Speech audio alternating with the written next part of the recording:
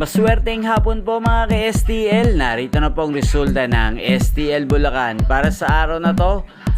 Second draw, December 10, 2024. Araw ng Martes. Naway ang mga natayaan nyo pong mga numero kanina ay manalo nawa ngayong hapong ito.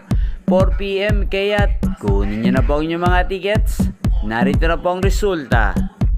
Ang mga numerong nanalo sa STL Bulacan ngayong hapong ito, December 10, 2024, 4 PM, second draw result, 24 at 24 or Pompiang 24. Sa lahat po ng tumaya kanina sa STL Bulacan para sa second draw ng 24 at 24, congrats po sa inyo.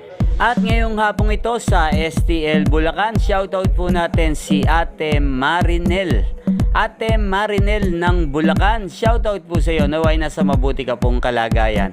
At sa lahat po ng mga taga Bulacan dyan, shoutout po sa inyo, especially sa aking mga subscribers na walang sawang nanonood ang aking mga videos. Shoutout po sa inyo. Inyo pong napanood ang resulta ng STL Bulacan sa channel na to, Roderick Hernandez TV. Maraming salamat po sa patuloy niyo po panonood at pagsuporta sa aking channel. Huwag pong kalimutang mag-subscribe. Thank you for watching. Magkita-kita pong muli tayo mamayang alas 8 ng gabi dito po sa channel na to. Thank you for watching.